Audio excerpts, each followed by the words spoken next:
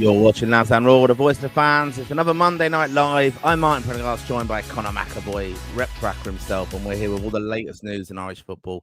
We've got Obig coming up, where we have a good look at Troy Parrott's penalty woes for Alkmaar continuing. That's 3 on the trot. And sadly, Evan Ferguson got hooked at halftime for Roma. But as always, if you like sport, the most interactive Irish football podcast out there, you can buy us a coffee. The link to do that is in the show notes just below, or you can join us at Lansdowne Raw Plus to support the show and get extra content, including State of Play and Raw Retro, where we look back at some of the glorious moments in Irish football. Me and Dave had a bit of a reminisce recently about our first ever time. Conor, I'm sure you'll like to. First ever time what? Can you please? That's exactly. This is what this is where we went into it.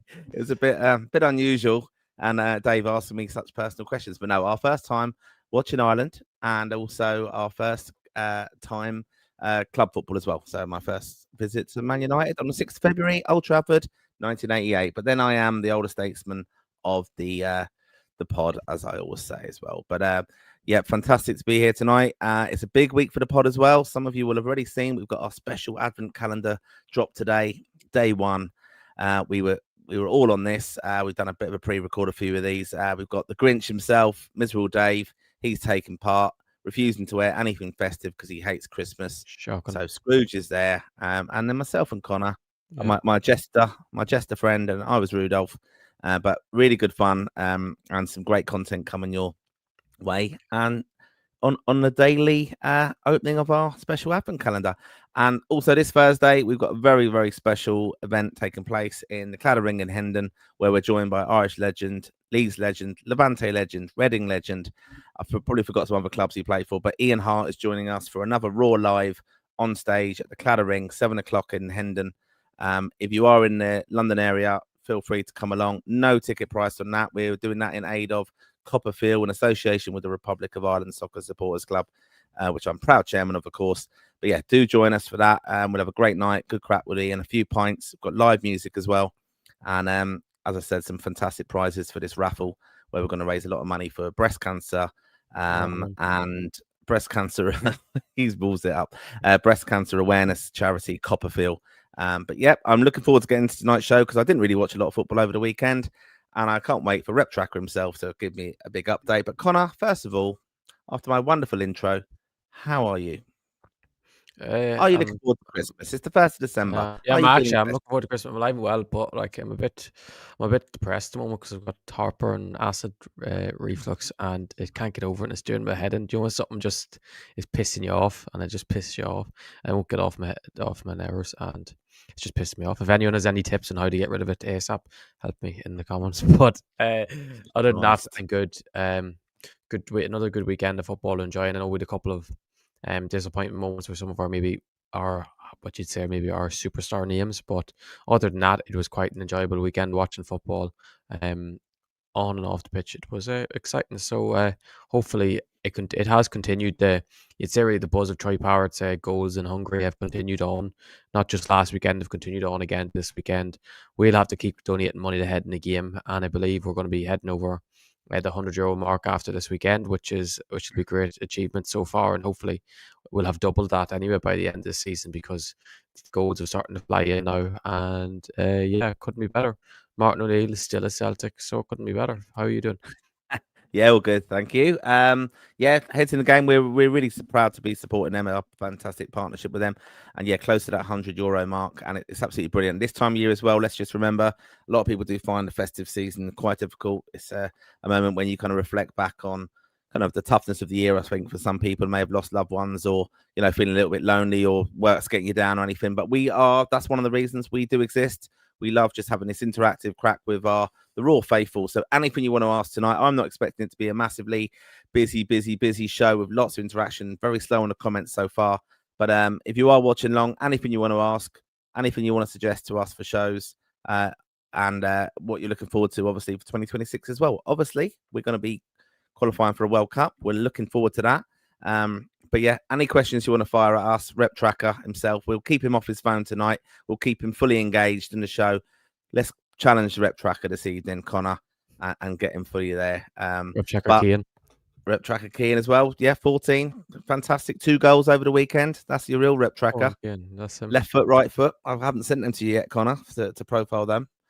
Fantastic. We did lose, but he played all right, and he wasn't actually 100% well, to be honest. But yeah, no, all good with the mighty Enfield Town youth that I coach. Keane Dillon played as well. 1-1 draw for Enfield Town. This is where the real O-Big starts with the mighty Enfield Town. Have you uploaded all this O-Big? I hope it's all there, is it?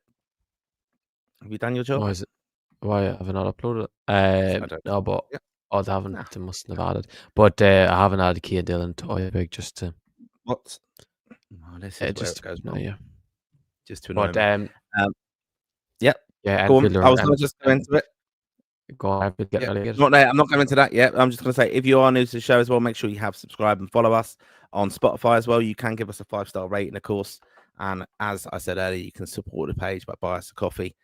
Because Dave gets annoyed when I don't do any of these proper introduction notes. And make sure that you do obviously follow Lansdowne Road page on Facebook. Dave's wonderful page there, lots of interaction. And as I said, our advent calendar, I think we've had some good feedback already into that for day 1. And there'll be, I'm sure, lots of comments to come when day 2 and day 3 go live, especially for some of the errors on Connor's part and Dave's part, selecting players who didn't even play in certain positions. I saw this. Yeah, what's going on? Don't need to spoil it. Yeah, exactly. And make sure you like the video if you're watching on YouTube right now. Just like the video. Yeah, and tell everyone that they should be watching it on YouTube as well. Okay. So Connor, where to start? Let's talk about a penalty. We saw one in Hungary under extreme pressure. Troy Parrott stood up, took his time, waited an age to just slot it home, but it went a bit wrong in the last minute for Alkmaar the other day. Troy stepped up for a penalty to secure a 1-1 draw at that stage. And what happened, Connor? Panenka. He thought it was Is it going to the boy's head? Is it going to his head? No. They're just someone who's ultra confident at the moment. Exactly. Playing in quite an average-ish team he's not getting much chances, and he's trying to show his confidence and show that he's probably a level above by doing something like that. I have no issue with him trying it, to be honest, because 99% of the time when someone does a Panenka, they're probably more likely to score Panenka than you are to put it low and hard towards a corner, because a keeper will probably dive either way. Panenka usually goes down the middle and the keeper is not going to stop up. But yeah, obviously it's disappointing. It was a terrible penalty. Like, it's almost harder to chip the ball over the bar from 12 yards rather than just putting it somewhere in the back of the net. So that was a disappointing thing. He's never been an amazing penalty taker, to be honest with you. He's missed 3 in a row in the Eredivisie. I believe he's only one of 3 players in Eredivisie history or something to ever do that, which is quite mad to put him in as a negative stat as such. But like, it's not something I'm worried about. But it'll probably teach him the lesson of just not trying again. But I don't have a problem with him doing it, because did anyone ever slag Andre Pirlo when he done it against England? Joe Hart, I know he scored, but like, if Andre Pirlo missed, no one would have thought any less of him as a player. Thought he was taught too much of himself. It's just one of those things. Messi does it, everyone does it. I know Troy Parrott's not that level, but he, I don't mind. It was just someone, you could just say it was someone who was oozing confidence and fancied himself of chipped it down the middle. It's just a way of striking the ball. It's no different than missing the penalty, hitting the post, or the keeper makes a brilliant save. It's just what happens in football. But like, yeah, missing 3 penalties in a row is where you get to see it, but it's not good enough. You can't be missing 3 in a row like that. That's a poor record as such. But he scored when it mattered for Ireland, and as a lot of people are saying, hopefully he got it out of his system ahead of March, but that's still a long time away. So he could score another 10 by then and miss another 3.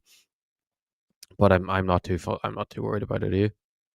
No, I'm not too worried. No, I mean, look, the 3 in a row, I think if it was a case of, he hadn't scored the one against Hungary, to be honest, because I think actually that moment when he stepped up in Hungary, and it took a long time for him to actually take it.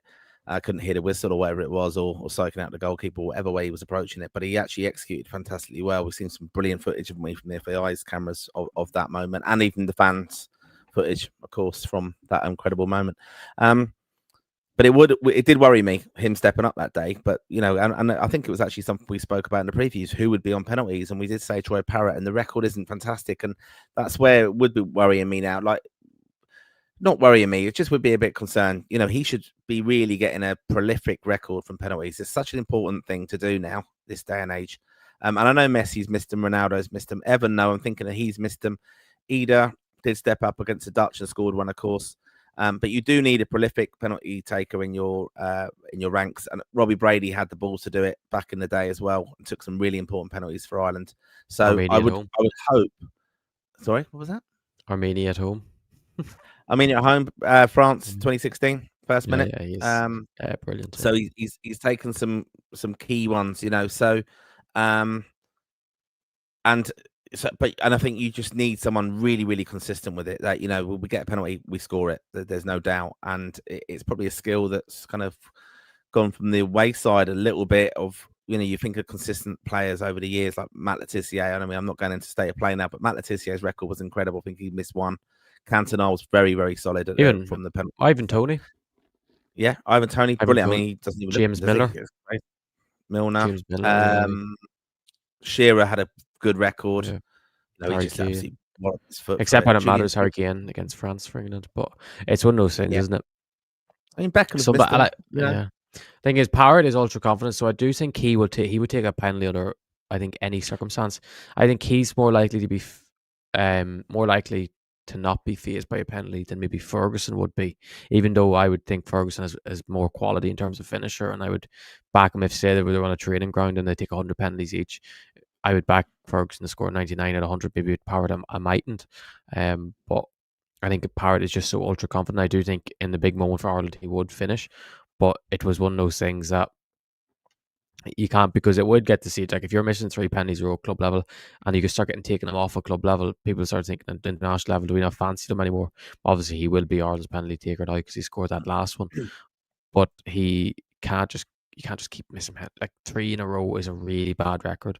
Like you don't, like, top strikers don't. I'm not saying he's not top strikers, but like top penalty takers at least don't miss 3 in a row ever. Cole Palmer is so clinical. I just don't know. Particularly after missing maybe 2 in a row penalties, I don't know why he took the risk of Panenka, even though I don't have an issue with it. It's just the fact he missed. I have more of the issue. I don't like. Yeah, it doesn't bother me this way he not strikes the ball. It's just the fact he missed it. Yeah, I mean, it's not 4 consecutive because he did score one for Ireland, of course, as well. So that's one thing, I suppose. So because it is a little bit of they can second guess you, the goalkeepers and stuff. I mean, look, you heard of him saying, does he feel pressure before?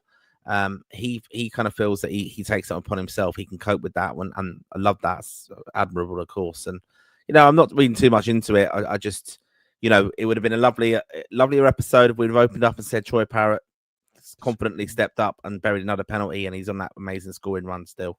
That would have been the kind of thing we should be talking about, and it's just a shame he hasn't. Just on to I did catch the first. You know what? I'm going to be very honest. I watched the first half until he was taken off. I watched the Napoli versus Roma game. Hadn't really been watching a lot of that, to be honest. Obviously, keep an eye on Evan, but I thought it was quite interesting seeing Napoli and McTominay and Hoyland and players probably familiar with a little bit now. And then Evan pacing up and down in the tunnel before the game, coming out like it's a Champions League game, the way they all line up in Rome and do the handshakes and everything like that. Very, very kind of good kind of setup of it all. I know it's very similar to Premier League, but Evan looked ready for it and very, very focused. I thought he started off quite well for the first 10 minutes. Some good link-up play. You could see what they were trying to do, but then just their ideas kind of faded, didn't they, Roma? And he was hooked at half-time. That could well have been planned, though, couldn't it? What was your thoughts on that overall, Connor? Picture going there a bit, is it? Yeah, a little bit, yeah. Oh, yes, there you go. Back again. Am I back again?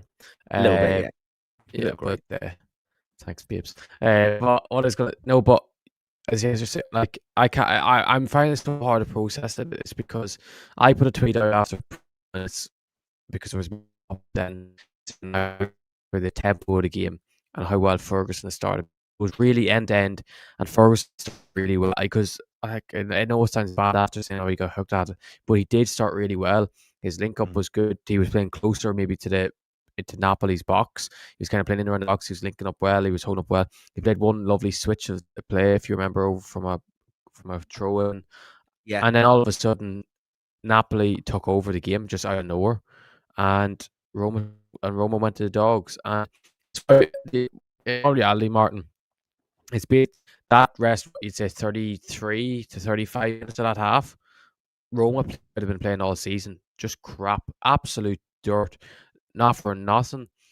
Like, you look at the number 10 behind Ferguson, Selleck, and like they're all good on the ball, tidy on the ball. But then all for nothing, the end product wise, give him no service. He only ball to get. There was a time back up, and he did get fouled. The referee Your gave him Wi-Fi is very breaky. Just to let you know, Oh, very breaking up.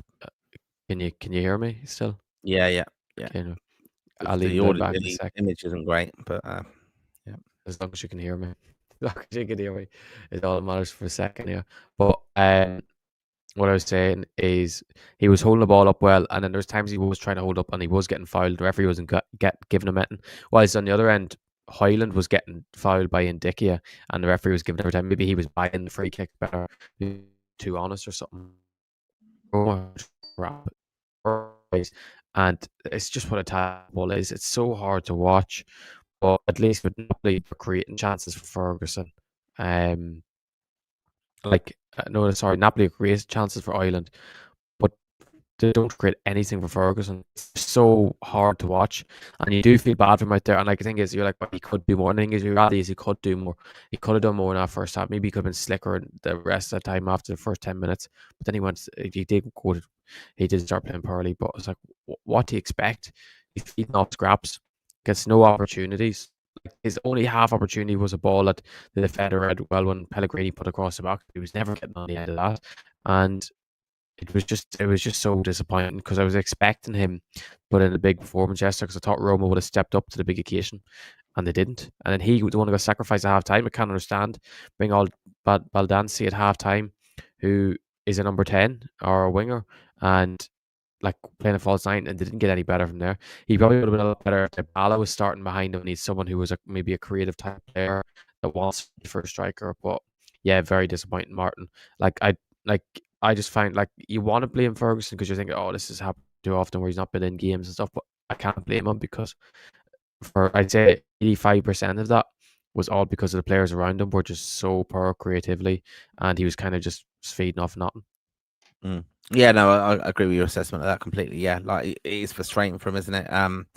Seeing him over there and just he got his first goal, of course, and to get the start as well. I mean, I kind of was a little bit surprised that he got the start, but that would be my knowledge of Italian football, to be honest. But yeah, like, I was delighted to see him starting and thinking, yeah, this is a real opportunity now. And it had a lot of media attention as well. The game was, top of the table clash, and disappointing for them because they've been doing very, very well, but. Yeah, hopefully, though, it won't be a long-term thing. He will be trusted again and given opportunities. But he's just strange, isn't he, Gasperini? He makes these decisions, and he was watching the game from up in the stands. I think the first half, wasn't he? He was because he got sent off the last game. Yeah. So it's a bit, but it's so hard. It was such a tough watch, wasn't it? Though it was such a dreadful. Yeah. It's Italian football sort. Like even like McTominay. Where did McTominay come in the Ballon d'Or last year? Wouldn't even known he was playing. Like it's so hard. Like if no Irish player ever went to Italy ever, I know it sounds bad. And everyone's like, "Oh, top 5 league, top 5," but it's just so hard to watch. Like, and I know it's technically better for a player to go to Serie A and go to Championship because it's a better league, but it's just torture on the eyes. It's so bad to watch.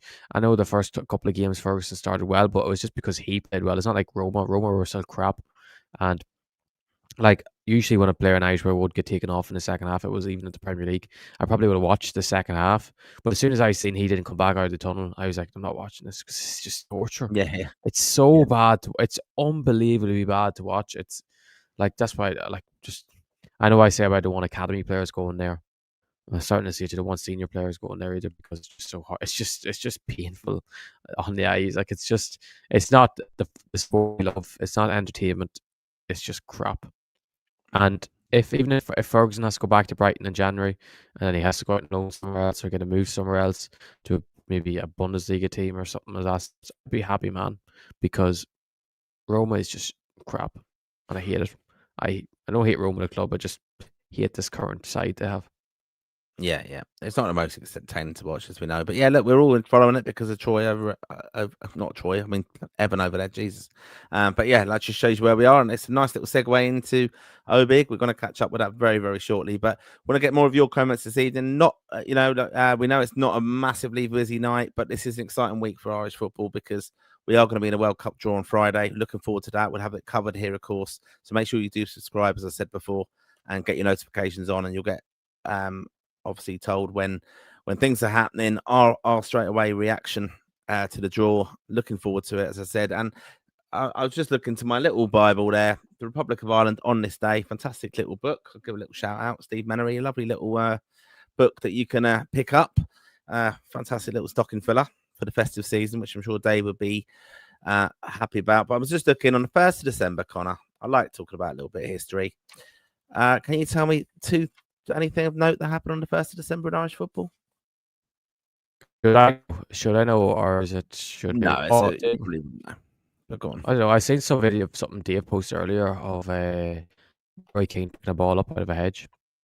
No, it wasn't anything to do with that. It's Jack Charlton got off a flight from Newcastle upon Tyne into Dublin to be told that instead of the routine cartilage probe that the Irish manager was expecting key striker Niall Quinn to undergo, a more serious operation was necessary than that has ruled the striker Niall Quinn out of the 1994 World Cup finals. That's something that happened in 1993 on this day. And also the World Cup draw for 2002 took place on this day in 2001. And it was where Ireland were obviously put in as our second seeds with Cameroon, Germany, and Saudi Arabia. And Mick McCarthy said in his World Cup diary, "At first glance, the game with the Saudis looks like it will be hold the key. We will need 5 points to guarantee our passage through to the second phase, and it may all come down to that last game with the Saudis." And he was proved right, as we know. So I thought, oh, 1 minute, Connor, this is for James Agnew, just to show him that I'm supporting the World Cup in America, Canada, and this is what you're not supporting the World Cup. What individual who gave it to you? Who personally hand delivered it to you the other day? Oh, Infantino. He popped round to. He's a big subscriber of the show, and got the ball. It's quite nice, quite light. This one, I mean, that's only a little replica one, but modern day balls are so it's mad. Actually, the weight difference is so much harder to. I know it's just the way they fly to the ball. It's madness. Yeah, but big thing now, isn't it? And yeah, we'll have to have a chat about that actually, because in the cup competitions they have different sponsors, don't they? I think it's still Mitre, isn't it? Or Puma sponsors some of the cup competitions in England. So you play with different balls. And I know when Ireland play, they sometimes have Umbro footballs. Well, we have Umbro, don't we, as our football supplier, I think, rather than so they're training, but they're the training balls. So it's different. But it's different when you go train with number ball compared to the actual match ball. But I'm guessing, trying to think off that because I can't remember. I'm guessing the players train to make sure they train with the actual match ball rather than Umbro. Umbro just like the camps, like the FAI summer camps and stuff. I couldn't imagine they would go and train with a different ball. It would make no sense to train with a different ball to play with in matches. Maybe I'm just too smart. Yep, no, it's something again that I think they will try and do, because I wonder will they use these balls for the World Cup qualifiers? Probably not, I would guess. No, I think it's a step ball they have for the qualifiers. Boost it to the finals, isn't it? Yeah. Then, do you remember when they had the gold ball and then was it Euros? They had the silver version of it. I think it was Euro. Was it Euro 2012? They had a silver version of it and then a gold one for the final, and all this like they were bringing out different levels of. I mean, that's a pod in itself. We'll have to have a chat about match balls. I've got a good little collection of them, Connor. To be fair, fair play.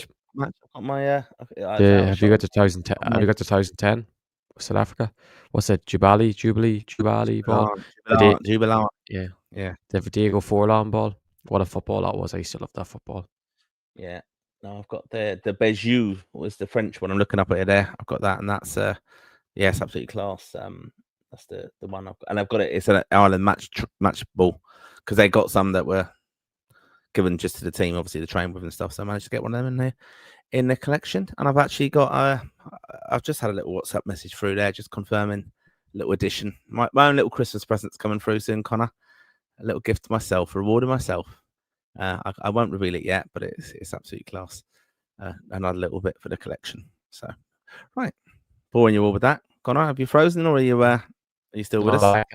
Can you see me? You're back. All right. Right, we're going to come on to Big, and this is where Connor's time to shine. If you haven't subscribed to the show, please make sure you do, and also make sure you follow Connor, because I, for one, do, and that's how I know everything about Just hope you do. At all levels coming up. I don't turn on the notifications because it's too much, and I can't keep up with that. The voice notes, the WhatsApps, and all the other nonsense that Dave and when I come up with. I just try to keep. I all try hours, to keep giving all hours in of the check. day. Yeah, I try to keep Dave in check. That's all I try to do. Like Because someone has to reply to them. him. Because could you imagine our group chat if I didn't reply to his voice notes? It'd be like, why are you ignoring me? Why is ignoring me? I can't believe you start ignoring me. That's what we going on, Martin. And I have to come and save the day. So you should be thankful for me. Yeah, I think we're going to get a bad reputation for like picking on Dave when Dave's not on the live show. So I'm going to appeal to someone who's watching this evening, who I know is there. Frank, have you ever had a voice note off Dave? And please, can you describe it for the raw faithful of what they're like? Anyway, we're going to digging him out. Right, he is the Grinch. You've got to watch the Advent calendar stuff because he's bloody miserable, isn't he? He's an absolute joke. Hates Christmas, and so this is what it's all about. It's the festive season. Right, we're going to come into Obig. Keep your comments coming in. Corrections if you need, but here come the goalkeepers and how they got on over the weekend. Okay, so here come the goalies. And Queeving Kelleher, 90 minutes and a 3-1 win versus Burnley for Brentford. Max O'Leary, an unused sub for Bristol City. Josh Keeley, 90 minutes and a 1-1 draw versus Bolton for Luton Town. Mark Travers, an unused sub for Everton. And Gavin Bazunu back in the net, 90 minutes, 3-2 loss versus Millwall for Southampton. Anything of note from the goalkeepers? Queeving still doing well? Yeah, he made one. He actually made. There was a chance that I can't remember. Was it Dan Foster's in? I can't remember who had it, but he made an unbelievable. It was an outrageous save, where he spread his body. But the thing is, it was offside, so it probably wouldn't have been in the highlights written. But he was very, very good. Not really about other. Must get Killian Cahill added in as well. He's doing really well at Leyton Orient. I'll have to get Dave to add him in for next week's one, but he's doing really well with them. They drew, what was it, 1-1 with? No, they won 4-0 with Burton. They had another clean sheet for him. But other than that, it was quite a quiet weekend for goalkeepers, Martin. Okay, that's kind of good to hear, I suppose. We could do with a few more of them playing a bit more regularly, and maybe that will happen as we approach the new year with cup competition, things like that. But right, on to the defenders. Right, we've got Robbie Brady still out injured, Preston North End. John Egan, 90 minutes and a 2-1 win versus Stoke. Seamus Coleman out injured with Everton, as we know. And Nathan Collins, 90 minutes and a 3-1 win versus Burnley for Brentford. Matt Doherty out injured still with Wolves. Joshua Honohan injured for Shamrock Rovers. Jake O'Brien, 90 minutes and a 4-1 loss versus Newcastle for Everton. Andrew Omobamidele, 90 minutes and a 2-1 loss versus Brest. Darragh O'Shea, 90 minutes and a 2-1 loss versus Oxford United for Ipswich Town. Liam Scales, 90 minutes, 2-1 win versus Hibs under Martin O'Neill, of course. And James Abankwah, an unused sub this evening for Watford. And Jimmy Dunn, 90 minutes of 3-1 loss versus Norwich for QPR. And Callum O'Dowd, 9 minutes and 2-1 win versus P Academica. And Mark McGuinness, 9 minutes, 3-2 win versus Leicester. And Ryan Manning, 90 minutes and a 3-2 loss versus Millwall for Southampton. Erin Cashin, an unused sub. I don't know how he's on it. Unbelievable. And Olmo Garcia McNulty suspended. Will Ferry, 90 minutes and a 1-1 draw versus Kilmarnock for Dundee United. And Corey Ndaba, 1 minute, 2-1 win versus Torino Lecce. And you've got a few. I mean, we're talking about adding goalkeepers. Some of these lads in this defenders group have got to be omitted. Please. Erin Cashin? I can't hear you, Connor. It may be a good thing.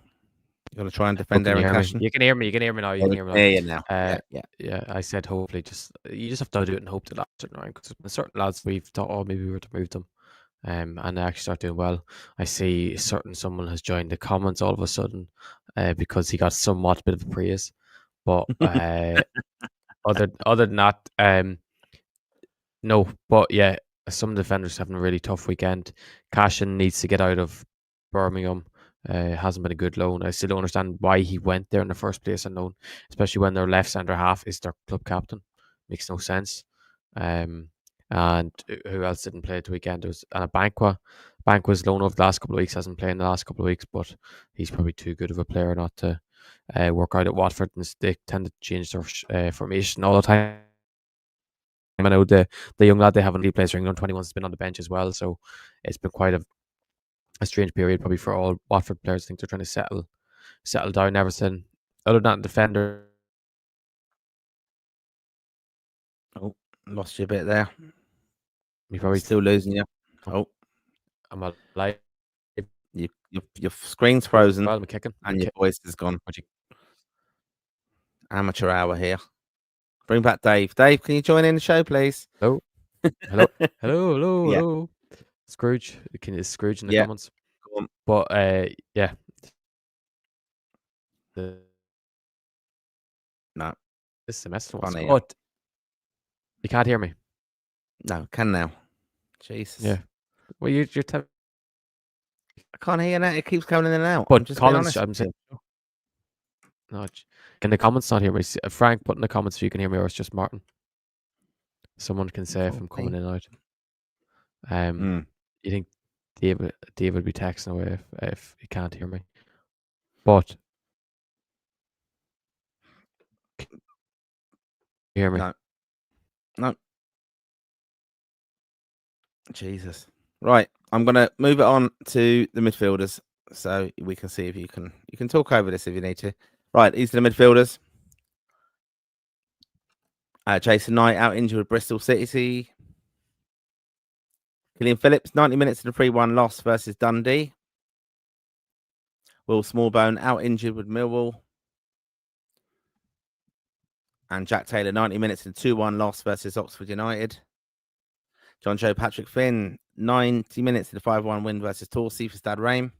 Josh Cullen, 81 minutes in a 3-1 loss versus Brentford. Ben Azaz, 90 minutes and a goal in a 3-2 loss versus Millwall for Southampton. Mark Sykes, 60 minutes in a 1-0 win versus Portsmouth for Bristol City. Jason Malumbi, 90 minutes in a goal and a winning goal, actually. The 3-2 win versus Swansea. Andy Moran, season's over for him. Jamie Maguire, 90 minutes and 2-1 loss versus Celtic. And Alan Brown, 54 minutes and a 2-1 win versus Derby for Middlesbrough. Boston Lowell, great seeing back, 90 minutes, 2-1 loss versus Hull. And Connor Coventry, 90 minutes in a 3-1 loss versus Coventry. Joe Hodge, 90 minutes in a 1-0 win versus Gil Vicente.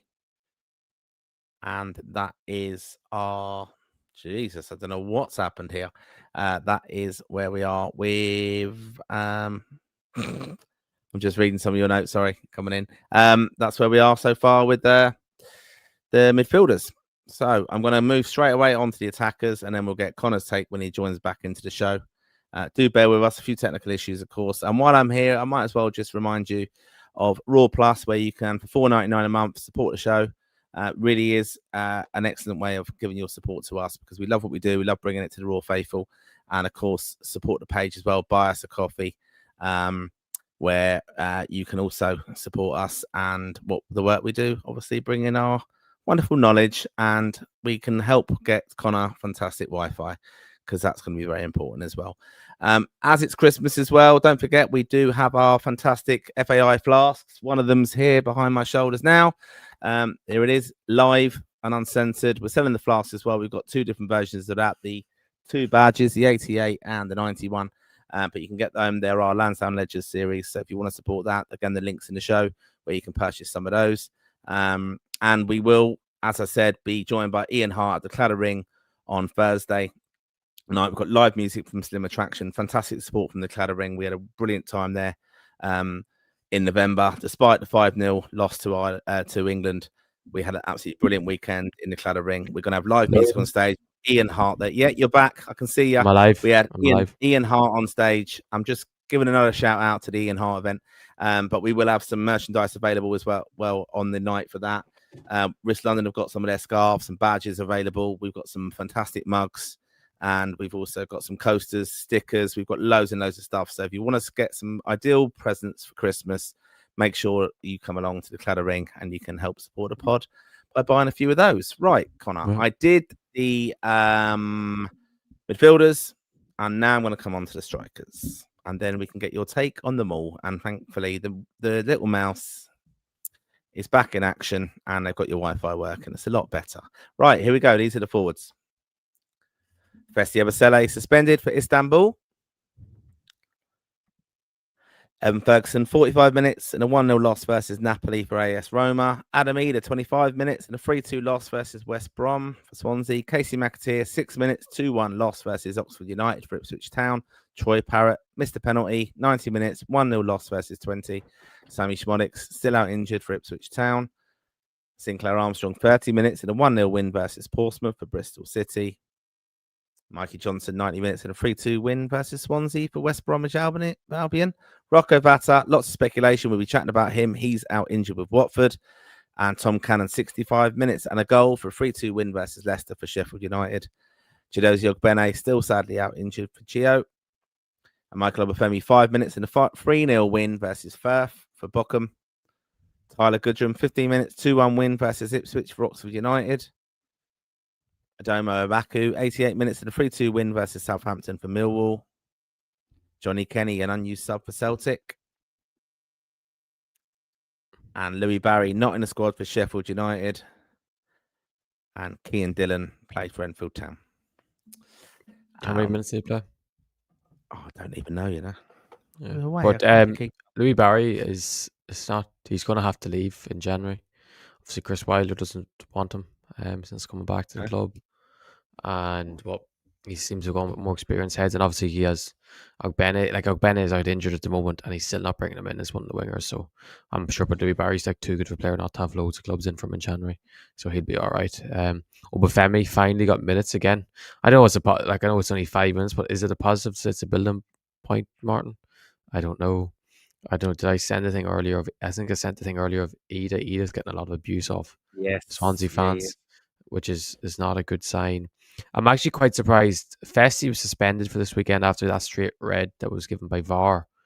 That was never a red. It was won the ball. The boy just had his boy's ankle was in the wrong position. That Festi's leg ended up making contact with it and it breaking his ankle. Because I think Istanbul put out a statement saying, wishing your boy all the best with his injury, and Festi shared it, but it wasn't a red card, so I don't get it. I know you wish him best luck with his injury, okay, but like he wasn't. Bit of a disappointment. Johnny Kenny hasn't played the last couple of games for Celtic. Hopefully that doesn't carry into the new manager. Probably a late shout possibly for a World Cup is going on the radar is Aidomo Maku, doing really well at Millwall, playing really well, starting pretty much every game, which is a positive thing. And Tom Cannon, 2 goals in the space of a week. It's not 2 goals in 2 games because they played midweek, so it's 2 goals in 3 games. It was against his old club, Leicester. Scored after was it 2 minutes. Celebrated as well, which you don't see all that often in football anymore. But they did I think they wanted him out the door basically, didn't they? When they sold him to Sheffield United, they sold him for PSR reasons. They kind of told him you have to leave. After he was he really good at Stoke, wasn't he? He was really good at Stoke last season, and then he had to leave in January according to them. So he's doing really well again at the moment. But it'd be interesting now when they're at full stretch. Will he keep his place as starting 9? I know they played with 2, him and Bamford the other day, but it'd be interesting with that. And yeah, do you have anything else on the forwards before I say about the midfielders, Mark? I just don't know what Aaron Connolly's done to upset you, Connor. Is Aaron Connolly not on it anymore? He hasn't been on it for like a year. Oh, I'm just saying, a player coming back into form and scores goals. You know, we've got players in that. He probably should be added in. Yeah, he's doing brilliant. And it's great to see. I'm delighted to see him. I think he's top goal scorer in League One. He's too good for that league. It's hard to say someone, I think I said it last week, it's hard to say someone's too good for a league when they struggled the last couple of years. But like you can just see he's not a League One player. But I think he's playing off the left at the moment and he's still the top goal scorer in the league. Goal the other day was brilliant. Maybe the keeper probably should have done better, but the way he went past the defender, went down the byline and then hit it, but there was a decent amount of pace and power on it, which is fair enough. But he's doing really well. He probably should be added again, I do think. But it's just issue League One. I just feel like he won't be considered for Ireland until he gets a move to a higher level. And it'll be interesting, will he get a move in January? Or as I've thought as well, maybe he's better off staying at Leyton Orient where he's settled and he's doing really well. Rather than making a step now, but he might want to try and get in for the World Cup and the playoffs. But is he really going to play? Does he back himself that he's going to get it if he's playing in the Championship in January? Is he going to get minutes? with Ireland? I don't think so, and I He's couldn't not. imagine. And I know he's not been his reputation has been great in the past for being someone that's good to have around the camp if he's not playing. I've heard he's a bit of a can be a bit of a sulker or can be a bit moody in that way. But I'm not. I don't have. I've never. I haven't seen him, so I'm not going to say he's definitely like that. But I've just heard murmurings of that. So be interested. I just don't think he's going to get into the squad, or if he does get in the squad, play at all. I mean, I'm just looking at the league table there, Orient. You know, you think for him, it's probably best for him to just stay, be consistent, be their top scorer, help them push for probably. Look, I know it's early days, really halfway through the season, if that. You know, they're 12th, they're mid division at the moment, quite 8 points off, so it's not too far away. But there's games in hand all those other teams as well, to be honest. So even for those playoff positions, they did very well last year, though, didn't they, Orient? Yeah. But they did have Josh Keeley. And we've got an Irish keeper there again, of course. So I'm hoping that, it could happen for him. But I think, probably best stay there, get a good run rather than going to the championship. I think it's not realistic. There's too many strikers. He's still young enough for a future with Ireland, of course. But look, he's got to go down. He's gone down the levels. He's got to climb back up now, and I don't think it's going to happen that he would come into that World Cup reckoning. Just being honest, but it's fantastic for an Irish player doing very well, and he will get a move eventually if he just keeps doing it. So fair play to him. Like get promoted, but yeah, he will have to be promoted. Maybe Obafemi, if Obafemi can kick on because he's in Bundesliga 2, which is a decent division as well. I actually have seen, speaking of people that call up in the lower division, Connor Noss for MSV Duisburg in Bundesliga 3, who are top at Bundesliga 3. And I know you think Bundesliga 3 would be great, but it's mad in Germany. Like, I think their ground is like 20,000 to sell out every week. It's madness, the culture of Germany, that the third division sells, and the atmosphere looks unbelievable. I'd love to even just go to a lower league game in Germany because of class. But he's 6 goals for the season already, playing as a number 10 or off the left either. And he's scored in his last 3 games, and you see all our fans are like commenting at Ireland football, call him up. So he's obviously doing unbelievably well at Duisburg, and it is good to see people saying, "Oh, call him up." But as much as he is actually a very good player and he is a nice fella, it's probably why he's playing at that level. I don't think, but I think they'll probably get promoted this year. Then he'll step up to the second tier next year. I think as he played in the Austrian Bundesliga a couple of years ago, and then he got a bad injury, which kind of put him back to being at this level. But I do think Bundesliga 2 next year could really put him back in and reckoning. I do think maybe but I don't know, it's with the World Cup got around this corner. Does he think he can get it in Bundesliga 3, or does he think he needs a move? But I think he's probably happy with it. And just someone else who's doing really well on the continent, Armstrong Okuflex, as I've said before, at Plovdiv, where we played in March, and he keeps doing well every week. He got an assist the other day, a nice assist, and he actually had a goal ruled out, which was an unbelievable finish for which wasn't his fault. I think the boy who passed the ball had went out for like a throw, and VAR overturned. VAR in the Bulgarian league is mad, overturned it, and then he smashed it in the top corner. But he's doing unbelievably well. I think he scored 6 goals, and that was his first assist playing on the wing in Bulgaria, and like it's ranked higher than the League of Ireland on the UEFA coefficient, so you just presume it's a better league. I'm just not going off eye test because I haven't watched it, but he's doing really well, and hopefully he could get a move in January, because I'm as much as I'm sure he's probably enjoying being the main man and Plovdiv and doing really well. He can play at a higher level, and it would put him maybe in the reckoning because he plays on the left, can play on the right also, but maybe mainly on the left, and it could go and actually become in the reckoning for Ireland because he's doing really, really well, and it's good to see him. It's really good to see someone take a risk because he wasn't playing at Zurich. He was getting minutes here or there, and he went to Bulgaria. I don't think any Irish player, other than what was it, Graham Carey was the only Irish player that ever played in Bulgaria. A lot of lads wouldn't take the risk because I don't know if Martin, if I asked you, you can be a professional footballer, but you have to go play in Bulgaria. A lot of lads would say no, I don't want to go live in Bulgaria, and he's taking that risk, and fair play to him, and he seems to turn around. But anyway, on to midfielders. Martin, did you see Jason Malumbi's goal? No, I didn't see the goal, no, but it was a winning goal, wasn't it?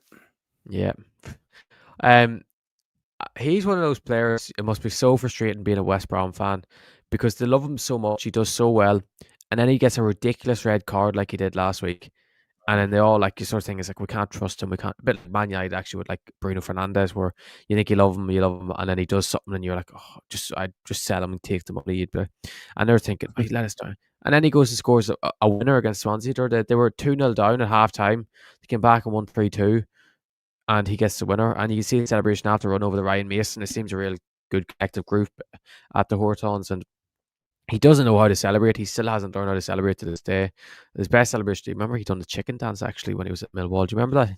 He scored against Yeah. Forest and he was in the chicken dance.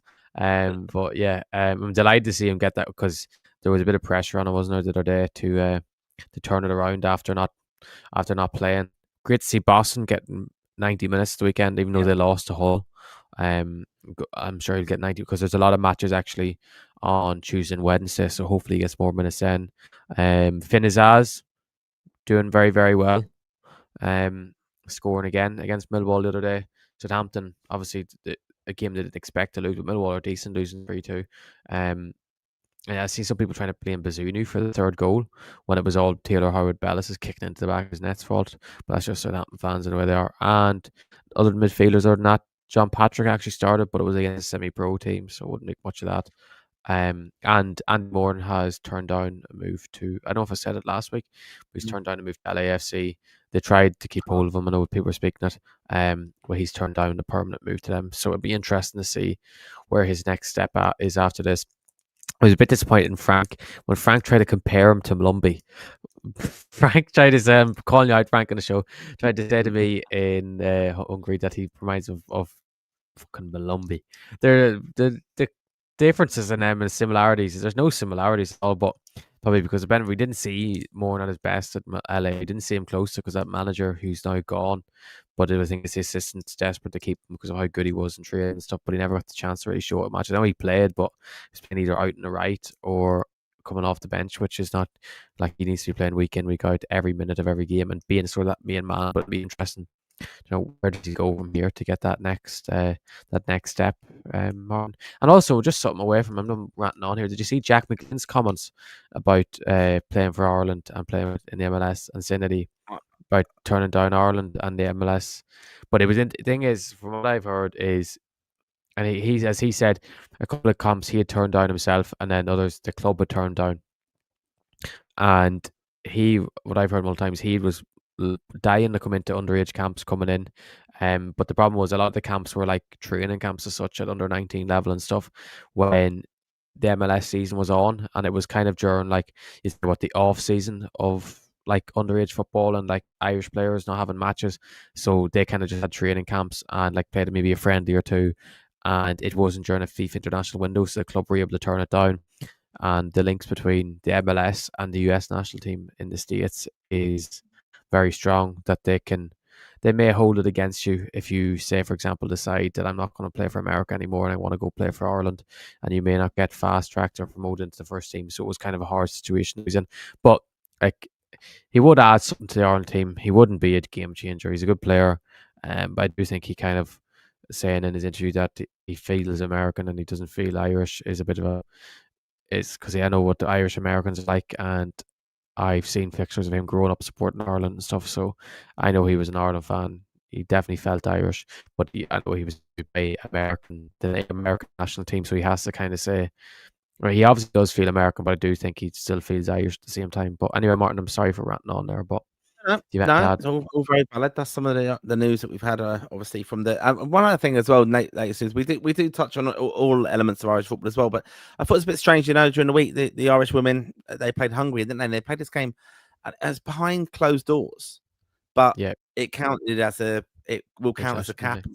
That's absolutely rubbish by request of the Hungarian FA, I think. And then there was going to be no footage of it, and we're seeing goals.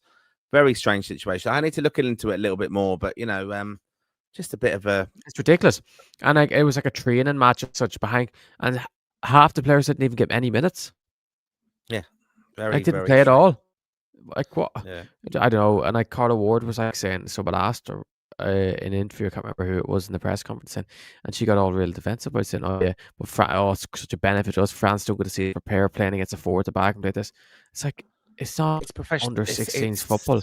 Exactly. Professional football. Rubbish. Like like you're just talking nonsense. Like, I don't I done mean, if nothing you're, against her. She's done a decent job, but like, you shouldn't need like yeah, the reality is go play the games, and like I'm sure RTE would have covered the game, or even on the RTE news channel if there was no interest in it, there would have been some sort of coverage, and there would have been interest around it. Like, if you don't want some people to see, you'd give lads or the ladies 45 minutes each and get everyone game time to show what they can do, because that's technically what it was, a training game. But now people are getting caps for it. And yeah. like I know it's great. Oh, you can say, oh, I got my. But could you imagine you made your debut in that match and that was your only ever Ireland match? There's always gonna be an asterisk beside your name for the rest of the time, because my one Ireland appearance was came in a behind closed door friendly. And like, even like the sort of thing they were doing a social media updates, which is actually quite good that they're doing social media updates during the match, because it keeps people informed, especially, there is like a lot of diehard Irish women national team fans and like doing updates. But it's like I don't get, like, it makes us like, if you are like, I know ourselves, Martin, we can admit we're not diehard women's fans of the national team, because it's hard to be both, as to be honest, and then covering all the men in club Yeah. action as well. But like, you'd be absolutely gutted. Like, you'd be hoping, oh, I get to see all your favorite players represent Ireland, even just watching on TV if you couldn't travel out to it, and then you don't get to see them do anything. You're getting to see these highlights in social media that you weren't supposed to get to see. So I'm just a bit confused here. Very, very strange. Again, we've done ourselves no favors there, and I'd like to know that was that pushed for by the Hungarians or not. Like, if you think of it, we just keep, like, again, I'm not claiming to be an expert on it, and I don't watch enough of it and follow it enough, but I don't understand how we have these amazing moments and then we just make these stupid errors. Like, we don't build on them. Like the feel good factor behind these fantastic results, and getting into a position to qualify for the next World Cup from our Nations League exploits.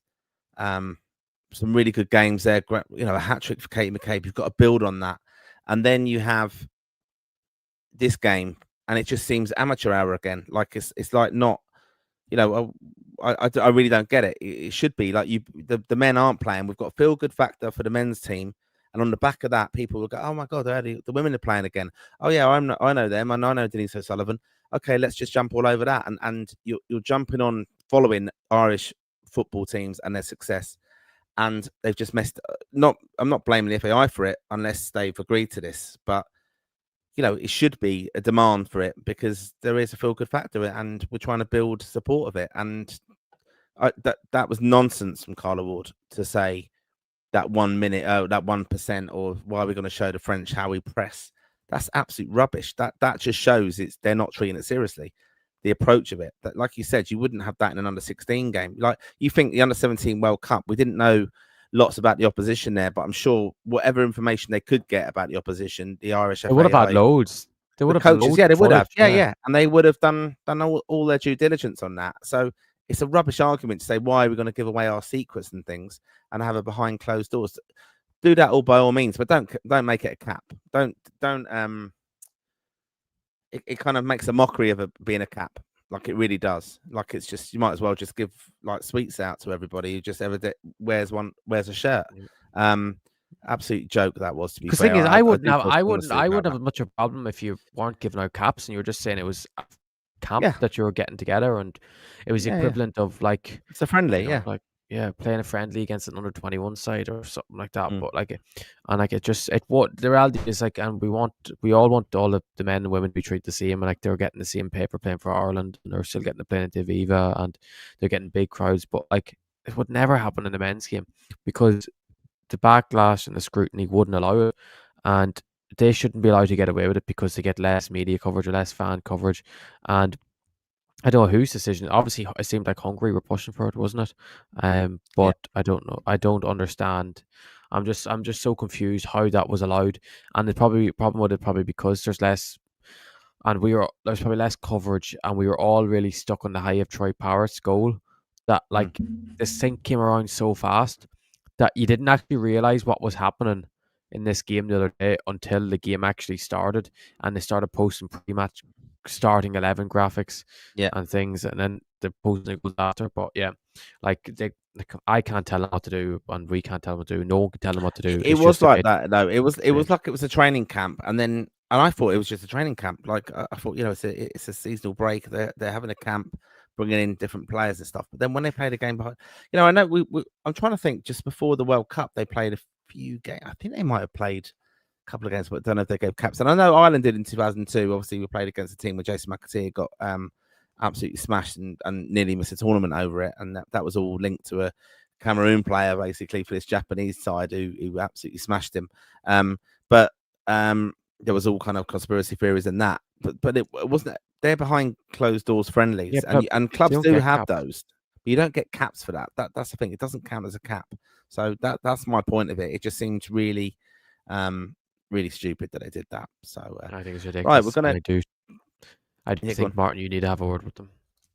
Yeah, okay, I will. And I saw actually a bit of defensiveness of Rusha from Carla. I don't mind that, but. Yeah, stick up for your player. Yeah, no problem with that. Fair play, no problem. So Any word is give she getting Carla banned on the back for that one. Didn't hear anything more on it at all, to be honest. But it won't surprise you. Obviously, Shabana Hearn is her sister, and she's on TalkSport in England, and it does get a bit of coverage, the women's game on TalkSport.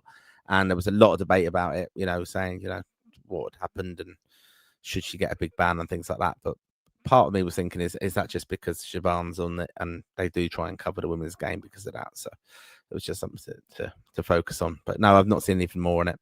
Right, we're going to come on to the final part of the show, which is your comments. Here we go. Right, almost 1,000 of you watching this evening. Thanks for your support as usual, and make sure you have subscribed, like us on all of our channels, and follow us on all of our channels as well, and subscribe to the show. Give us a 5-star rating on Spotify. What was that? What do you always ask me at this time? How many likes have we got in the video? How many likes have we got in the video, and how many do we need? We've only got 11 on it. It's only 11 more. And we get it up to 30. Come on, just hit the like button. Get us up to 30 likes on this on YouTube. If you're watching another plot, just head over to YouTube and give us a like. Thank you. Yeah. And if you like Christmas, like it. And if you don't like Christmas, also like it. Right. Dave. Here we go. Yeah, Dave. Yeah. Right. Thanks again for your comments. Thanks for your interaction again this evening. And here we go. These are the comments. We've got straight away Cormac Momo watching on X. Think Rocco Batta will get a move in January. Yeah, I've seen this, Connor. You're in the know with this one. Lots of speculation. 20 million price tag. Is that realistic? Not at the moment, I don't think. I do think that's what his value probably will be in another 3 months, because the thing is, if he wouldn't have got that injury when he was playing really well and he was scoring goals, he was assisting goals, I do think you'd be saying that that's a fair price, but probably because he got injured. But I don't know what to make of it, to be honest. He's signed to a new agency. I don't know much about them. A lot of Scottish players, and obviously he's Scottish born. I don't know any of their agents or anything, so I don't know what they're like. But it seems like I seen Fabrizio Romano posting saying he's signed with a new agency, which is equivalent to that the agent contacted Romano and said, "Do you want to post this saying that Rocco's signed for us and there's club interest?" But I do know there's a lot of Italian teams are really desperately trying to get a hold of him. So, and they would pay probably the 20 million upfront right now, but I don't think is makes sense. And he'll only be back from injury. Like, it's the 1st of December. He'll only be back from injury late December, early January. So, no, I do think we'll see him probably if he does move in the summer. Like, I don't even see, unless it's a real step up and he does really well between now and the summer, and maybe goes away with Ireland in the World Cup and has a really good tournament. I could see him being like a breakout player, maybe something like that. But yeah, I don't think it's realistic to see him get a move in January unless something mad happens between now and then. Needs to get back to fitness first, doesn't he? And then and really get a good run of games to have any chance of getting in that World Cup squad. He's been left out the last few as well. Under 21's calling. The only benefit is, know that. The only benefit is 26-man squad. Oh yeah, I suppose yeah. Does, yeah. But as well, and that rest this could, in a weird way, this could be perfect. Like this kind of enforced rest. Come back in January where there's lots of football, okay, and be managed in that because there's a lot of rotation because there's a lot of football normally, and come back into it then, and then just. But he had great. I think he would have got called up, and I think he would have got called up in November, particularly with the other players who are missing. I do think he definitely would have November, so it was a pity he missed that. But March, like I think he'll have earned himself in the place of the squad for March. He's just too good not. And we all know Heimer absolutely loves him. Yeah. Okay. It's an interesting one. We'll be following that, of course. Clem Fandango 619. Evening, laddie bucks. Evening, Clem. Like and subscribe to Lansdowne Raw. Martin Fitzpatrick, how you doing? One of our Lansdowne Raw faithful. Plus faithful. Can Ender Stevens play in Europe for Shamrock Rovers like in the next match? There's a League of Ireland question for you. No, he has to wait till January, whenever this is, when he can only play The if window it's open. in when it's when like Oh. you resubmit your UEFA squads for Oh gosh, for the knockout stage. So he's not in the group stage squad, so he can only join in for the knockout stage, which they'll need to win the last 2 games to do, which obviously will not be easy at all, but hopefully they can do that. Yeah, I mean, great player when he ended. Like he did a very good. good, yeah. He He was the very, fastest very player in good. Premier League one year. Do you remember? He was. I don't know how that was possible, because brilliant. he was never that fast, but yeah. Was he left back or right back, Connor? I get a bit confused about this. There's a little preview for you for the next few days. But Stephen Kenny hung him out to. Remember Stephen Kenny hung him out to dry against France away. Dembele, absolutely. He did. Oh god, yeah, he did. Why was he even in that squad? Yeah, here we go. I'm not sure about this comment now, but Monica Selic, in a way. I think Parrott needs to be knocked down off cloud 9 and then hopefully find form leading up to the qualifiers. Not having it. We don't knock Troy. We still there's too much love for He's Troy. our messiah. He is, yeah. And then Frank, here he is. This is, I'd like to know, Frank, who is your favourite off the pod? Because we want to know who's getting the best room for the World Cup. Hopefully Parrott learned when we come to stay with you. Hopefully Parrott learned his lesson yesterday. They needed the ball just hit the back of the net, nothing fancy. Then we've got League of Ireland Talk Pod. Hope all is well, lad. Lead a bit. David. Confirming he's leaving Treaty has ruined the day. Yeah, that's sad. League of Ireland Talk. I think I've heard rumours he's going to Galway. Okay. Very good player. All right. Clem Pandago. Subbing a player off a minute into the second half is cold. I hate Roma. I hope he moves somewhere else. That's just in relation to Evan Ferguson. Frank O'Connor says as well, yeah, I did the same with the Roma game. Watched the first half as usual. Terrible service to Ferguson. And then, yes, the scapegoat. Once he was gone, I turned it off. From what I heard, it only got worse. And Joan Mulhill. Hi, Joan, a regular viewer of the show as well. Thank you for your support. I think Andrew Omobamadelli will continue to start for Strasbourg. That's a question for you, Connor. No, he's retiring in January. But it was great to see him get there. As I said, we did our midweek review, Martin, do you remember? And I said, because he didn't start against Palace, it means he's going to play at the weekend in the league. Obviously, the loss, which is not great to lose to Stade Brest when you're a title race. But played 90 minutes. I don't remember when the last time he's actually played 90 minutes. I can't remember. So it's great to see him get 90 minutes in the legs, and we all love Omobamadelli. We all know he could be a top player. So hopefully that's just the start of him. And I do think he will. And they've no European game this week, so yes, hopefully he'll play next weekend again. Yeah. Okay. And then we were talking about voice notes, and Dave loves the voice note. And this is Frank again. This is part of the Raw. Lansdowne Raw plus thing. If you get voice notes from Dave, and he says he gets voice notes all the time, usually 5 to 10 minutes. Great entertainment. I mean, that's brief. I don't know what the longest one I've got. And I get ranty ones and angry ones and swearing ones. I don't get long ones. I get like 8 minutes worth of 2 minutes ones. Yeah. Abusive ones I get. Yeah, it's good. And then I get criticism whenever I dare to do them because your speakers are shit. Your earpods are shit. Yeah, so he gets very abusive on that. But that's volatile day for you. And Christmas, be kind at Christmas is what I would say. I might I might buy him. I might buy him a Santa hat and give it to him on Thursday and see if he wears it for the rest. Dave, if I buy a Santa hat, if you're still here, will you wear it? Yeah. But anyway, hopefully he will make him the Grinch. Dress him up as a Grinch. Davey Dan, here he is himself. My voice notes are a privilege, Frank. At least you understand it.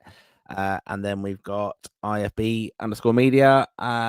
Tyler Goodrum is on the comeback trail now and is going to make a late surge for our World Cup squad. Come on, Bill. There's Bill, yeah. And Frank agrees with Dave for some reason that they are the voice notes, or they are Dave. Tell me my voice notes are great, and I might. And that was just towards me. Yeah, I might want to restart your router, Connor. That was to do with your ridiculous Wi-Fi, which Dave said, router, fucking hamster in a wheel.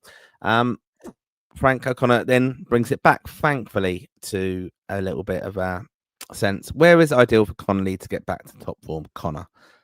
this is not for me, obviously. It's frustrating knowing he was playing at the EPL level. Hard to think he can't get back there if he keeps his head down. It's hard to know, actually, isn't it? It's one of these. No, Martin, you can give your opinion on this. I actually don't. Of course. I don't know where ideal is for Connie other than staying in the EFL. To be honest, where do you start? Like, it's kind of like, where do you go? Championship? You do go championship, or then like you wonder what European, like, because he'd have to go to. I think he'd have to go to quite a good European team. I don't think he'd go to a Bundesliga 2 as such, or the second tier in France, or Serie B. I remember he had the Serie B. Remember when he went to Venice for that short period? That loan would never worked out. But yeah, I think it's just championship and move up from there. But I know he'd do. He's the type of player, he would do well really everywhere he goes, other than obviously Serie B. But I think he was probably going through a tough time then as well. So yeah, I don't know what you think, Martin. I think he's championship level at best at the moment. Could go. I think that will be realistically championship, but that's where a lot of our players are, to be honest. And he could just be prolific at that level if he really knuckled down and just makes himself a certain type of player, like really focuses, really knuckles down.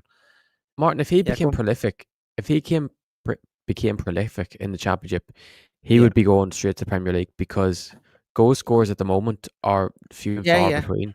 And the thing is, he could go to, if he became prolific in the championship, he could do something in a top 5 league 100%.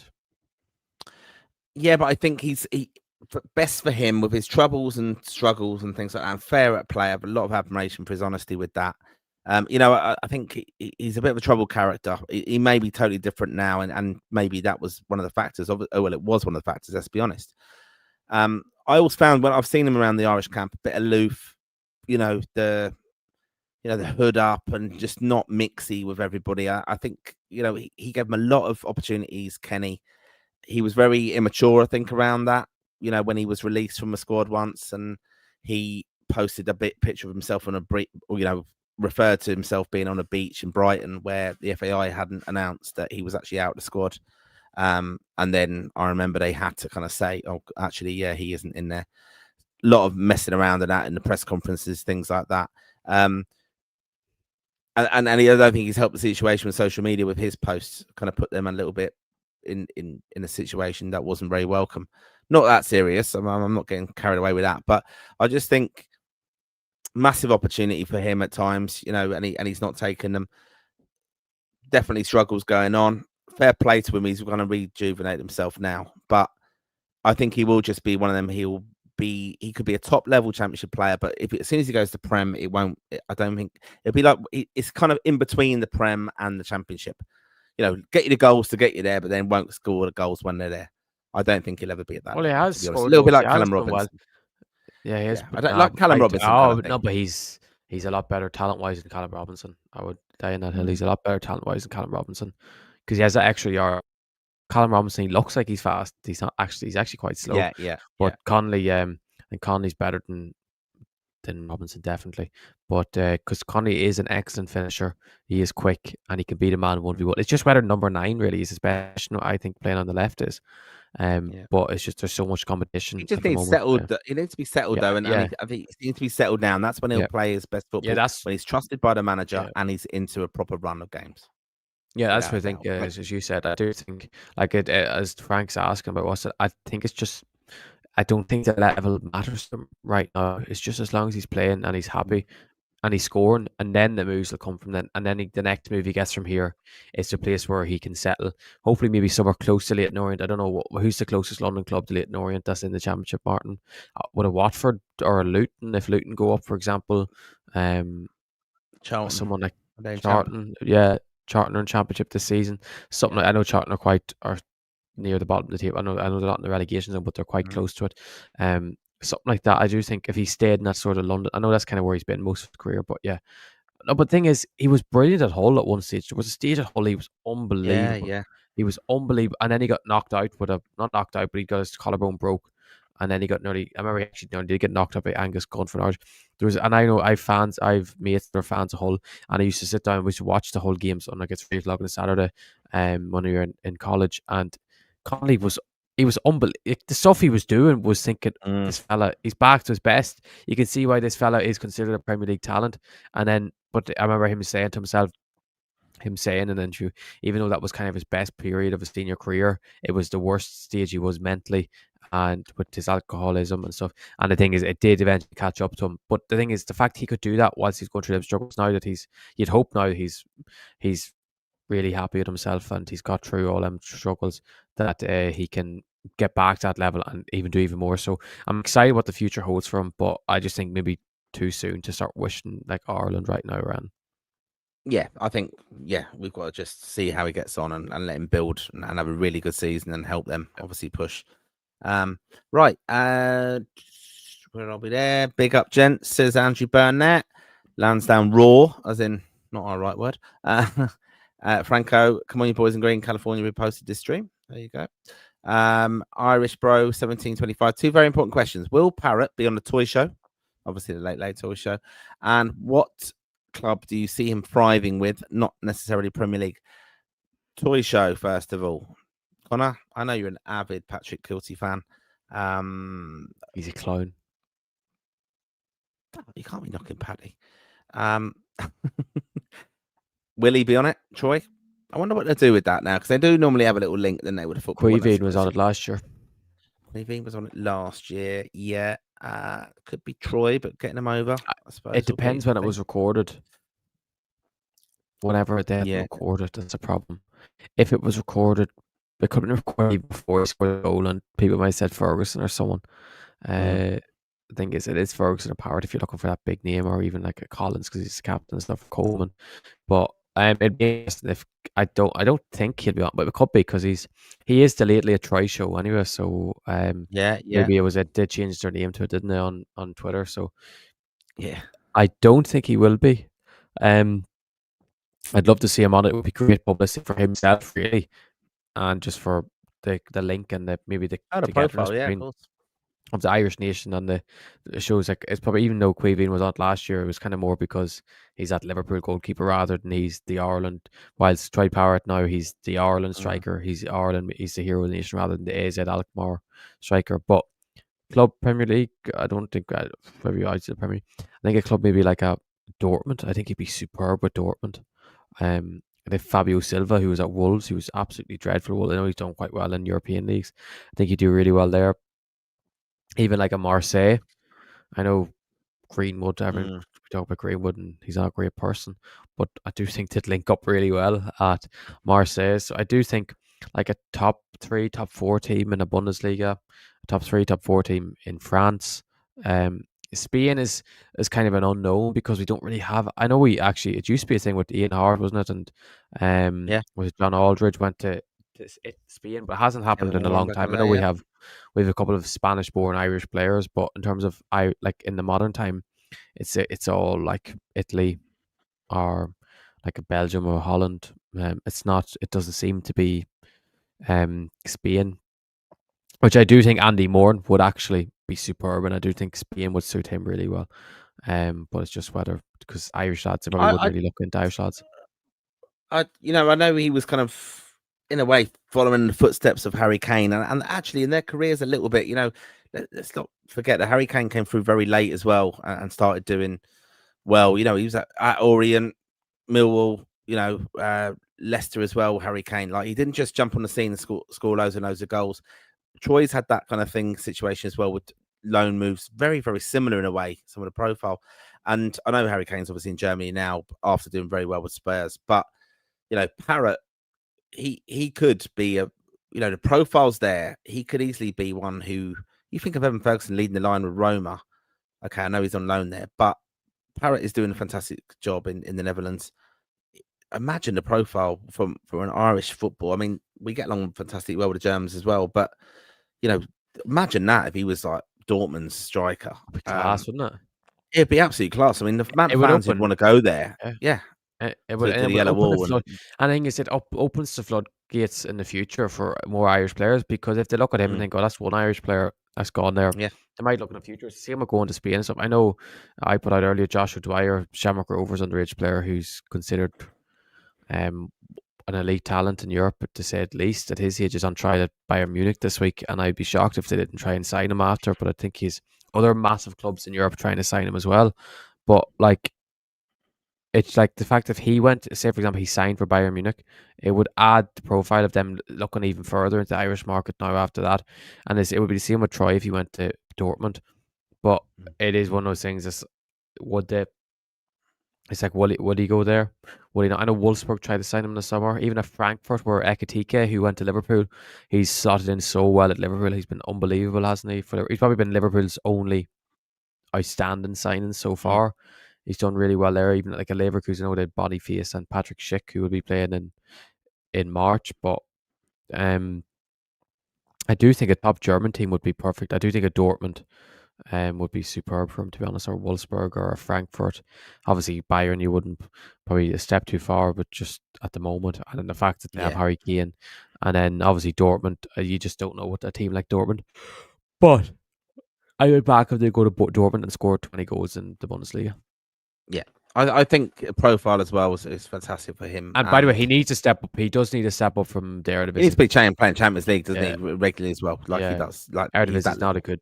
Eredivisie is not. It's an okay league. Like the top teams are AZ and your PSV and your Ajax are all good teams, but the rest are quite low. Like, yeah, I mean, you look at that window again. They scored 5 goals against the caliber of team like Portugal, and the profile of that. Like, you look at that result around Europe, and you think, oh well, Portugal lost, and Ronaldo got sent off. And you look at the goal scorer for Ireland, and you go, oh my god, Troy Parrott. Like people do even. Look, a lot of English fans, obviously in London, talk about international football. Now I follow Ireland, and they're saying, "Oh yeah, that Parrott wasn't he at Spurs?" Like Ireland is not on the radar, but they are now a little bit of, "Oh yeah, Troy Parrott. Yeah, I wonder if we got a buyback." Or yeah, he seemed quite good, and yeah, he didn't really work out there. I mean, the expectation of Spurs fans ridiculous. I was actually there the other night, absolutely shite they were, but yeah, that's that. Jelly Bean, want to hear you lads' opinion on our chance of getting these players: Paul Nebel, Dewsbury Hall, Egan Riley, Michael Keane. The last one, of course. Paul Nebel, I don't know, probably not, because he's been in one Germany senior squad, Martin. I know he's stopping caps, so he can still switch to Ireland, but probably not. Even though he has so much competition, Germany would be good. Dewsbury Hall, no, he said no already. Egan Riley, I do think could happen, and probably will probably happen. I know he was close to doing it in the past. And then Carsey called him in England 21s. And then, obviously, Michael Keane can't play for Ireland. Yeah. Crazy. What do you think, Martin? Who do you think any of them? Egan Riley, the only one. Dewsbury Hall, we're going to come on to it now. I mean, good question again from Cole BFC. If Dewsbury Hall declare for Ireland tomorrow, would you start him versus Czechia, or would he fracture the dressing room? We know it's not going to happen. I wouldn't have him near it. But you know what? He's if he was in the squad, you have to. Did you see his goal at the weekend? Yeah, he's a brilliant player. Oh, it's unbelievable. The thing is, if he came into the squad, you have to start him. King is, you just have to start him. And I think what would benefit him is we don't really have a set midfield, so you're not really unsettling a partnership that's been there for a couple of years. But yeah, you would. But he's not going to, and I don't want him to switch at this stage because I want people who are proud to represent Ireland. But yeah, you would start him if he was in the squad. Yeah. This is just on the we'll just come to this one first. We'll finish with the last one then. Looks like Rocco Vatsalm, new agency, as you said earlier, and they've gotten Fabrizio to say he's wanted by a host of European clubs. Yeah, we had a chat about that earlier. And the last comment of the night: do we reckon Heimer could be drafted in the late show to surprise the kid? That could happen. Although it depends again where it's been filmed, because it'd be around this week if it was being filmed. He's obviously in America on Friday. For the World Cup draw, which we are in, and we will have it all covered here. Of course, we'll get some, our